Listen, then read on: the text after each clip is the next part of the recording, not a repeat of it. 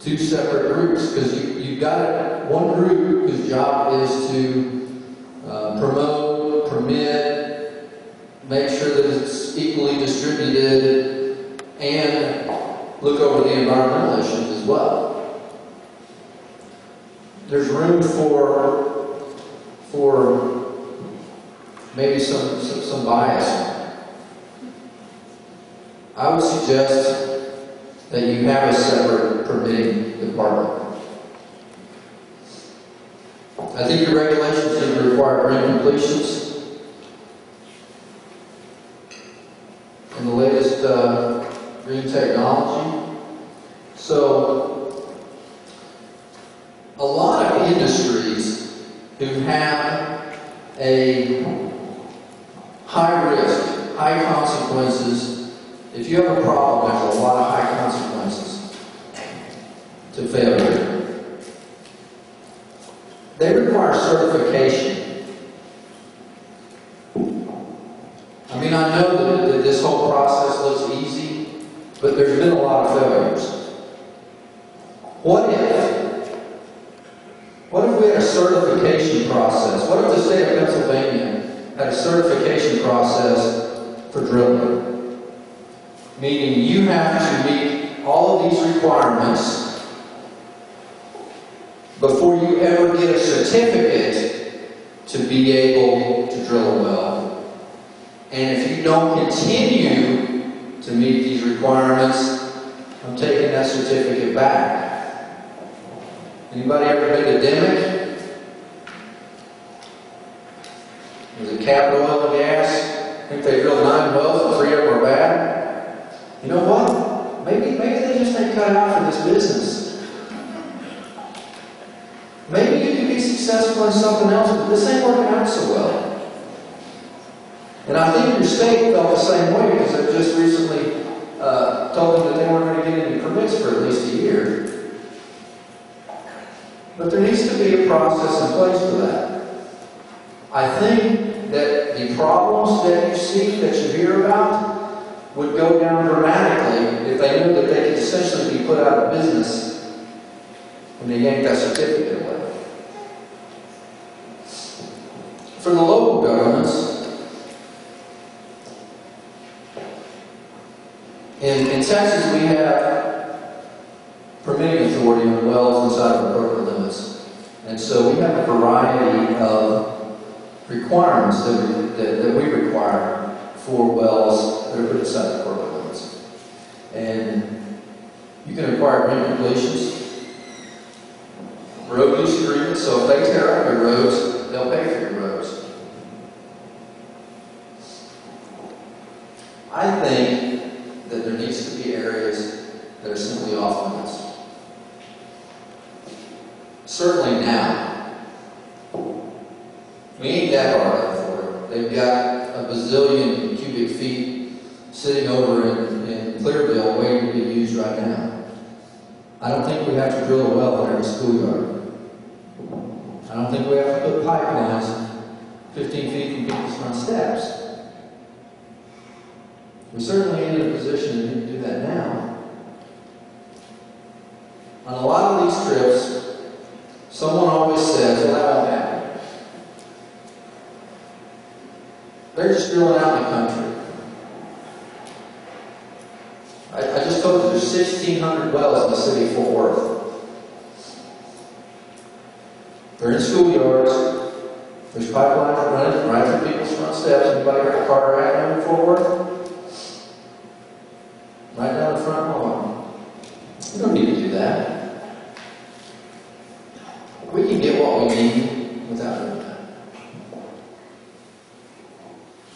So my recommendations are to impose a severance tax, require green completions, require the latest emission lowering technology, vapor recovery, zero emission dehydration, pneumatic valves. Make some areas off limits.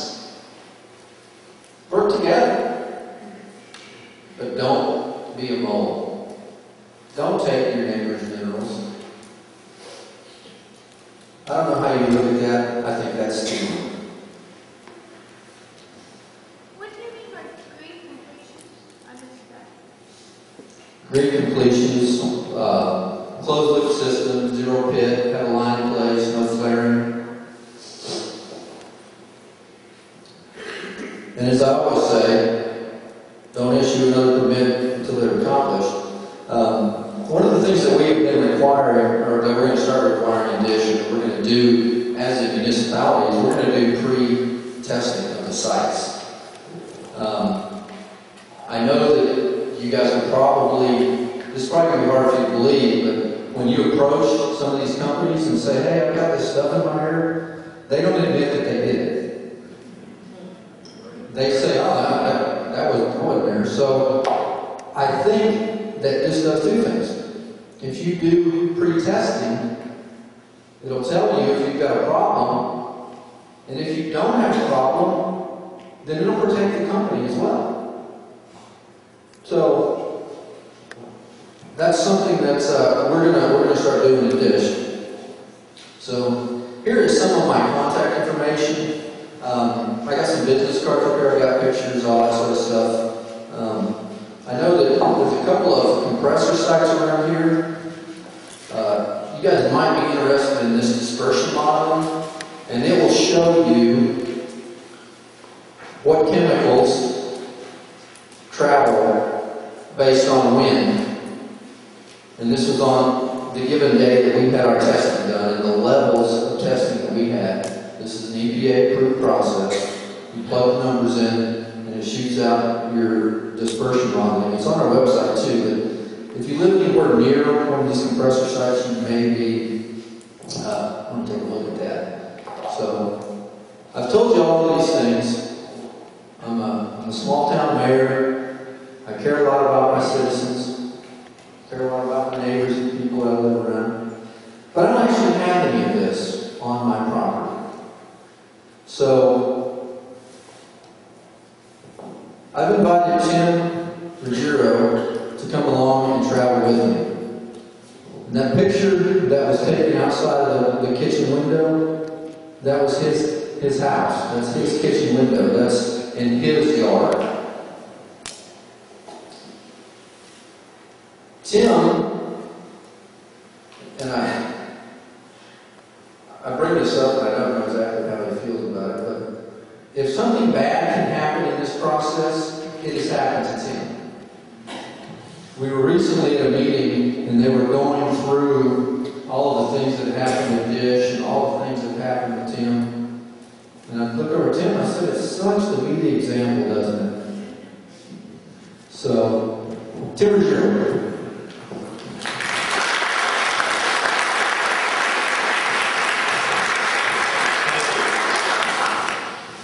I realize that most of you have no idea who I am. Some of you must think that I'm some kind of nut for coming here all the way from Texas, especially on his own dime, okay, for my credit card. My name is Tim Ruggiero, and my family, Christine is my wife, and my 10-year-old daughter Riley, live on what used to be a 10-acre horse ranch in a small town called Decatur, about 30 miles away from where Calvin and his family live.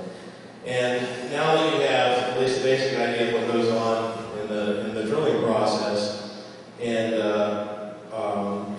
some of the components, I come here today to share our story with you in the hopes that you can see what happens when things go wrong, and they are likely to go wrong. It's just a question of what degree. So my presentation today is just a few of these things. It's very hard to compress 7 months of rotten activity into a 30-minute presentation. So I just tried to get some of the highlights together right before we came out. So this is some of the stuff that's going on, as I think most of, if not all of you, are as well. I'm also opposed to drilling where it just doesn't make any sense. Near homes, schools, parks, churches, synagogues, hospitals. We just don't need the gas that much that we need to drill near any of these places. So because of this, I've been labeled a radical, a loony liberal, a global warming alarmist,